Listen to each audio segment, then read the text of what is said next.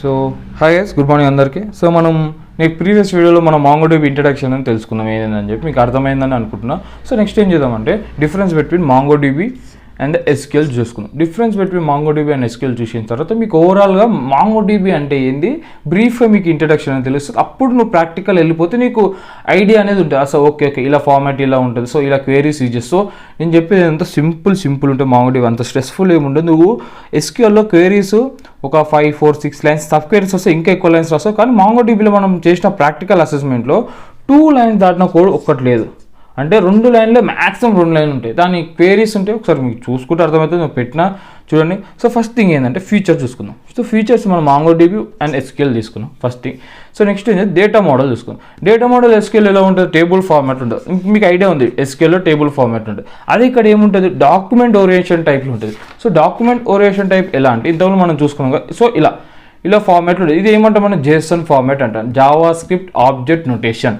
So ఇలా format ఉంటుంది. So first point అయిపోయింది, డేటా మోడల్ ఏ టైప్లో ఉంటుంది. సో సెకండ్ టైప్ స్కీమ్ ఏంటంటే మనకి ఇక్కడ స్కీమా బేస్డ్ ఉంటుంది. అంటే మనకి డిజైన్ అనేది ఉంటుంది. ఇక్కడ డిజైనే ఉంటుంది, స్కీమా లెస్ అనమాట అది. సో ఇంకోటి స్కేలబిలిటీ. నీకు ముందే చెప్పిన ప్రీవియస్ వీడియో, ఇక్కడ హారిజాంటల్ స్కేలబుల్ ఉంటుంది, వర్టికల్ స్కేలబుల్ ఉంటుంది. స్కేలబిలిటీ అంటే ఏంటంటే ఇచ్చిన డేటాని సబ్ నోడ్స్ డివైడ్ చేసుకుంటాం.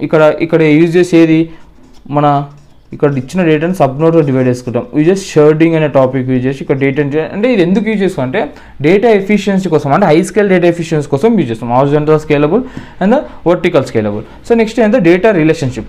ఇక్కడ ఏం చేస్తుంది అంటే ఇక్కడ మనం ఇది చూసుకుందాం, ఫస్ట్ టాపిక్ ఇది చూస్తున్నాం. So strong support for joins and normalise. అంటే నార్మలైజేషన్ ఎందుకు చేస్తాం? డేటా రిడక్షన్ కోసం చేస్తాం. So strong support for joins and మనకి SQLలో జాయిన్స్ అని ఉంటుంది. For using to join the one table and the another table by using, అంటే ఎలా ఉంటాయి అంటే inner join, self join, outer join అలా ఉంటాయి.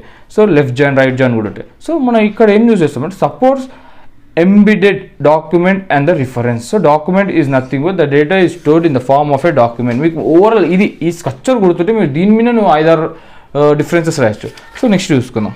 సో సపోర్ట్ చేస్తే ఏది డాక్యుమెంట్ సపోర్ట్, ఇక్కడ జాయిన్స్ నార్మలైజేషన్ సపోర్ట్ చేస్తాం. So next point use cases ఏంటంటే ఇక్కడ బిజినెస్ అప్లికేషన్ కోసం యూజ్ చేస్తాం. SQL మెయిన్ బిజినెస్ అప్లికేషన్ ఎందుకంటే మనం క్వేరీస్ రన్ చేస్తాం కాబట్టి ఇచ్చిన మన గివెన్ డేటా వాడే డేటా మనకి ఇస్తాడు టేబుల్ ఫార్మాట్లో. మనకి కావాల్సిన డేటాని రిట్రీవ్ చేస్తాం. మెయిన్ థింగ్ బిజినెస్ అప్లికేషన్లు ఇస్తాం. ఇక్కడ రియల్ టైమ్ అనలిటిక్స్లో చేస్తాం ఫర్ మొబైల్ యాప్స్. మనం ఏదైనా ప్రాజెక్ట్ చేయాలన్నా కొన్నిసార్లు MongoDB యూజ్ చేస్తాం for storing of a data in a document format. So అలా. సో నెక్స్ట్ వచ్చేసి ఏం చేద్దామంటే చూద్దాం పర్ఫార్మెన్స్ చూద్దాం. సో పర్ఫార్మెన్స్ ఏంటంటే పర్ఫార్మెన్స్లో better for large and unstructured data set. మనం టేబుల్ ఫార్మాట్ ఉంటే ఏమంటాం? దాన్ని స్ట్రక్చర్డ్ డేటా సెట్ అంటాం. అదే టేబుల్ ఫార్మాట్ డాక్యుమెంట్ టైప్ ఉంటే అన్స్ట్రక్చర్డ్ డేటా. సో చెప్పినది దీని ఫామ్ మీద మనం 4-5 డిఫరెన్సెస్ రాయొచ్చు. సో పర్ఫార్మెన్స్ ఏంటంటే better for large unstructured data sets and fast reads. ఇక్కడ ఏంది? Better for complex queries. అంటే బిజినెస్ అప్లికేషన్ మన కాంప్లెక్స్ క్వేరీస్ ఉన్నా మనం దీనిలో చేసుకోవచ్చు SQL. ఇక్కడ వచ్చేసి better for large unstructured and data set. So next వచ్చి ఫ్లెక్సిబిలిటీ. సో హై ఫ్లెక్సిబిలిటీ అంటే నువ్వు ముందే చెప్పినాము ఫస్ట్ స్టార్టింగ్లోనే నీకు కావాల్సిన డేటాని డైరెక్ట్గా తీసుకోవచ్చు. నీకు ఇక్కడ జాయిన్స్ ఏవి అవసరం లేదు. నీకు డైరెక్ట్ నువ్వు క్వేరీ రాయాలంటే ఏదో DB డాట్ ఒక స్టూడెంట్ అని కలెక్షన్ పేరు రాసి డాట్ ఫైండ్ అని చెప్పి నీకు కావాల్సిన డేటాని రావచ్చు. Highly flexible. ఇక్కడ structured and predictable.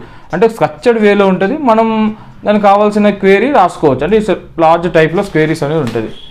So next ఏం చేద్దామంటే ఎగ్జాంపుల్ చూద్దాం. సో ఇక్కడ ఎగ్జాంపుల్ MongoDB ఇంతసేపు మొత్తం దీని గురించి చూసుకుందాం. సో క్లౌడ్ DB అని కూడా ఉంటుంది, CouchDB ఇక్కడ SQL సర్వర్ MySQL మీకు అయితే తెలిసే ఉంటుంది. సో సమ్మరీ ఏంటంటే మొత్తం ఓవరాల్ ఇప్పటిదాకా నేర్చుకున్న సమ్మరీ ఏంది, అసలు దీని గురించి ఇంట్రడక్షన్ ఏంది, అసలు ఏంది MongoDB అంటే ఏంది, SQL అంటే ఎందుకు యూజ్ చేస్తామంటే MongoDB is ideal for application need high flexibility. మనం ఎక్కడైతే హై ఫ్లెక్సిబిలిటీ కావాలో, హెవీ లార్జెస్ట్ డేటా సెట్ ఉంటుందో, కాంప్లెక్స్ రిలేషన్షిప్స్ ఉంటావో అందుకు మనం MongoDB యూజ్ చేస్తాం. SQL ఎక్కడ యూజ్ చేస్తాం అంటే కాంప్లెక్స్ క్వేరీ దగ్గర, స్ట్రక్చర్డ్ రిలేషన్షిప్ దగ్గర, డేటా ఇంటిగ్రిటీ దగ్గర యూజ్ చేస్తాం. అంటే ఇది టేబుల్ ఫార్మాట్ ఉంటుంది కాబట్టి ఇక్కడ స్ట్రక్చర్డ్ రిలేషన్షిప్స్ అనేవి ఉంటుంది, డేటా ఇంటిగ్రిటీ అని ఉంటుంది. కాంప్లెక్స్ క్వేరీకి మనం ఇక్కడ యూజ్ చేస్తాం. ఇక్కడ ఏంటంటే హైలీ ఫ్లెక్సిబిలిటీ, మాకు తొందరగా డేటా కావాల్సిన large scale of data complex రిలేషన్షిప్లో యూజ్ చేస్తాం. సో ఓవరాల్ మీకు ఐడియా అనేది వచ్చింది MongoDB ఎలా ఉంటుంది అది. So next installation of MongoDB video పెడితే నేను ప్లేలిస్ట్లో. నెక్స్ట్ వచ్చేసి మన క్వేరీస్ చేస్తాం. సో థ్యాంక్ యూ గైస్ అందరికీ.